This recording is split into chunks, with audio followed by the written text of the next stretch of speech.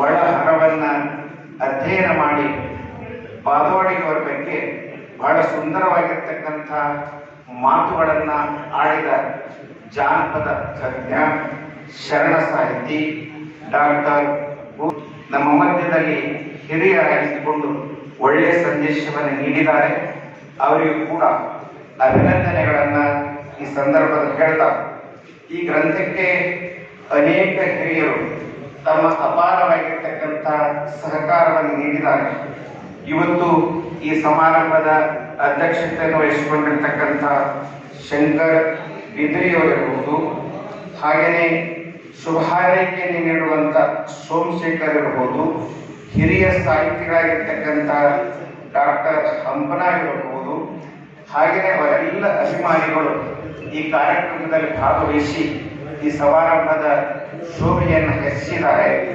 ನಿಜವಾಗ್ಲೂ ಕೂಡ ಈ ಅಭಿನಂದನಾ ಗ್ರಂಥ ಇಂದಿನ ಯುವ ಪೀಳಿಗೆಗೆ ಎಲ್ಲರಿಗೆ ಆದರ್ಶವಾಗಿದೆ ಎನ್ನುವಂಥ ಮಾತನ್ನ ಈ ಸಂದರ್ಭದಲ್ಲಿ ಹೇಳ್ತಾ, ಈ ಕಾರ್ಯಕ್ರಮವನ್ನು ಸಂಘಟಿಸತಕ್ಕಂಥ ನಮಗೆ ಆತ್ಮೀಯರಾಗಿರ್ತಕ್ಕಂಥ BM ಭತ್ತ, ವಕೀಲರಾಗಿರ್ತಕ್ಕಂಥ ಬಸವರಾಜ್ ಅವರು ಮುರುಗೇಶ್ ಜವಳಿಯವರು, ಇನ್ನೂ ಅವರ ಅಭಿಮಾನಿಗಳು ಸೇರಿಕೊಂಡು ಈ ಗ್ರಂಥವನ್ನ ಲೋಕಾರ್ಪಣೆ ಮಾಡುವುದರ ಜೊತೆಗೆ ಸಂಗಮೇಶ್ ಅವರ ಬಾದವಾಡಿಯವರ ಅಭಿನಂದನಾ ಸಮಾರಂಭವನ್ನು ಏರ್ಪಡಿಸಿದ್ದು ನಿಜವಾಗ್ಲೂ ಕೂಡ ಸಂತೋಷದ ಮಾತು ಅನ್ನುವಂಥ ಮಾತನ್ನ ಈ ಪ್ರಸಮುಖಿಯಾಗಿ ಕೆಲಸ ಕಾರ್ಯಗಳನ್ನ ಮಾಡಲಿ ಅಂತೇಳಿ ತೊಡಗಿಸಿಕೊಂಡಿರ್ತಕ್ಕಂಥ ಸಹಕಾರ ನೀಡಿದ ಅವರ ಮನೆಯವರಿಗೂ, ಅವರ ಕುಟುಂಬದ ಎಲ್ಲವರಿಗೂ ಅವರ ಶುಭಾಶೀರ್ವಾದಗಳನ್ನು ನೀಡುವುದರ ಜೊತೆಗೆ ಇನ್ನೂ ಒಂದು ಮಾತು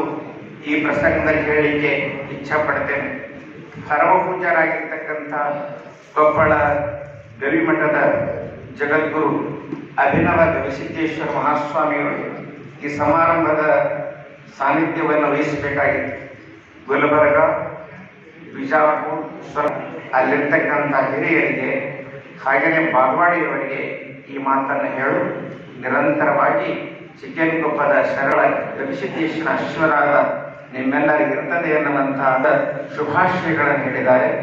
ಈ ಸಮಾರಂಭಕ್ಕೆ ಶ್ರಮಿಸುತ್ತಿರುವಂತವರು ಹಾಗೆ ಅವರಿಗೆ ಶುಭ ಹಾರೈಸುತ್ತಾ ಈ ಕಾರ್ಯಕ್ರಮದ ದಿವ್ಯ ಸಾನ್ನಿಧ್ಯವನ್ನು ವಹಿಸಿಕೊಂಡು ನಮ್ಮೆಲ್ಲರಿಗೆ ಆಶೀರ್ವಚನ ನೀಡಿದಂತ ಪರಮ ಪೂಜ್ಯ ಶ್ರೀ ಶಿವಶಾಂತ ವೀರಶರಣರಿಗೆ ಧನ್ಯವಾದಗಳು.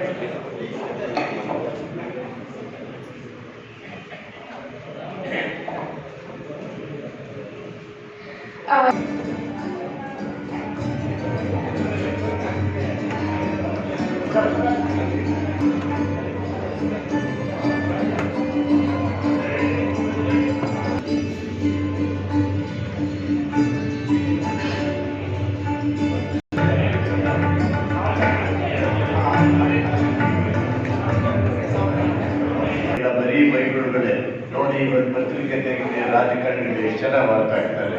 ದುರ್ವಚನಂ, ಕ್ರೋಧಶ್ಚ, ಕ್ರೋಧ, ಕೋಪ, ಮೇಲೆ ಇರ್ತಕ್ಕಂಥ ಹಠವಾದಶ್ಚ, ನಂದೇ ನಾನು ಹೇಳಿದ್ದೇ ಕರೆಕ್ಟ್, ನಾನು ಹೇಳಿದ್ದು ತಪ್ಪು ಅಂತ ಒಂದು ಹಠಕ್ಕೂ ಇದ್ದು ದುರ್ಯೋಧನ. ಆ ಥರ ವಾಕ್ಯೇಶ್ ಅನಾದರ, ಯಾರಾದರೂ ಒಳ್ಳೆ ಮಾತು ಹೇಳಿದರೆ ಅವರಿಗೆ ಈ ಲೇಖನಿಯನ್ನು ಕೊಡ್ತಾ ಇದ್ದೇನೆ. ಗನ್ ಕೊಟ್ಟರೆ ಶೂಟ್ ಮಾಡಿಬಿಡ್ತಾರೆ, ನಾನು ಪೆನ್ ಕೊಡ್ತಾ ಇದ್ದೀನಿ, ಎಲ್ಲರನ್ನು ಬದುಕಿಸಿ ಅಂತ ಅವ್ರಿಗೆ ಒಳ್ಳೆಯದಾಗಲಿ.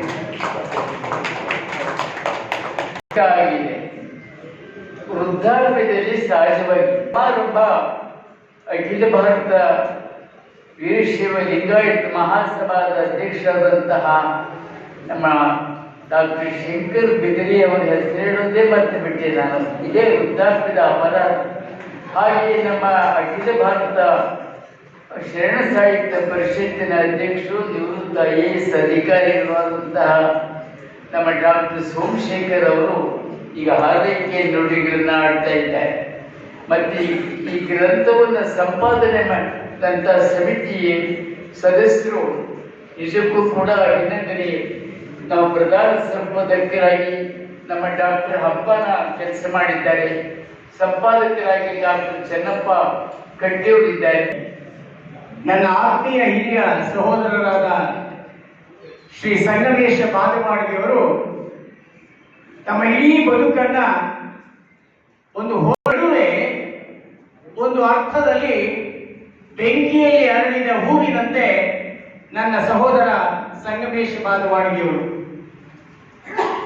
ವೃತ್ತಿಯಲ್ಲಿ ಸಾಹಿತ್ಯ ಅಕಾಡೆಮಿಯ ಸದಸ್ಯರಾಗಿ ವಿಶೇಷವಾಗಿ ಹೈದರಾಬಾದ್ ಕರ್ನಾಟಕದ ಜನರ ಭಾವನೆಗಳನ್ನ, ದುಃಖ ದುಮ್ಮಾನಗಳನ್ನ, ಅವರ ಆಕ್ರಂದನಗಳನ್ನ ಸರ್ಕಾರದ ಕಿವಿಗೆ ಆ ಭಾಗದ ಜನರ ಕಣ್ಣೀರಿನ ಕಥೆಯನ್ನ ಪರಿಚಯ ಮಾಡಿಕೊಡ್ತಕ್ಕಂಥ ದಿಸೆಯಲ್ಲಿ ನಮ್ಮ ಸಂಗಮೇಶ್ವರರು ವಹಿಸಿದಂತ ಪಾತ್ರ ಅದ್ಭುತವಾದಂತಹದ್ದು.